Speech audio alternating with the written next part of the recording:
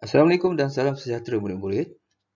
Pada minggu ini, minggu yang ke-20, kita akan mempelajari tajuk yang baru dalam tajuk tumbuhan iaitu proses fotosintesis. Objektif pembelajaran. Pada akhir PDPC, murid akan dapat yang pertama menyatakan maksud fotosintesis dan yang kedua menyenaraikan keperluan tumbuhan semasa proses fotosintesis.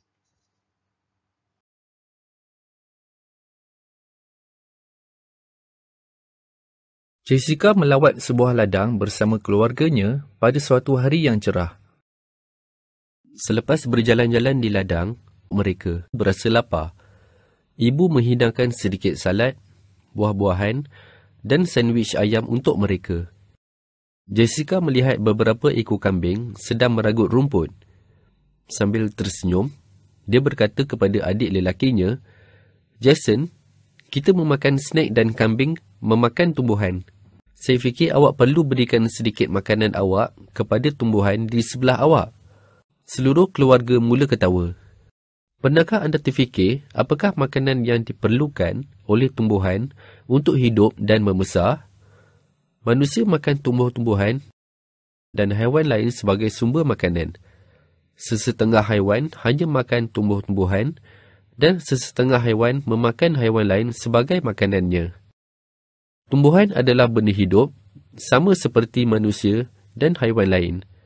Tumbuhan tidak bergantung kepada organisma hidup yang lain untuk mendapatkan makanan. Tumbuhan boleh membuat makanannya sendiri.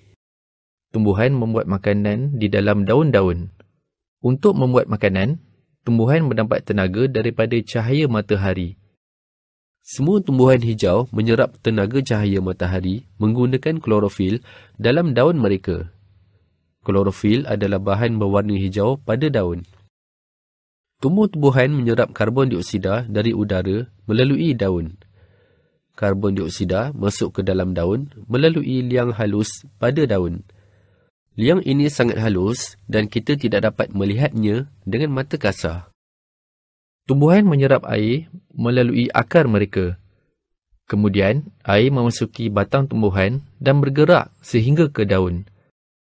Untuk membuat makanan, tumbuhan memerlukan karbon dioksida dan air dengan kehadiran cahaya matahari dan klorofil dalam daun.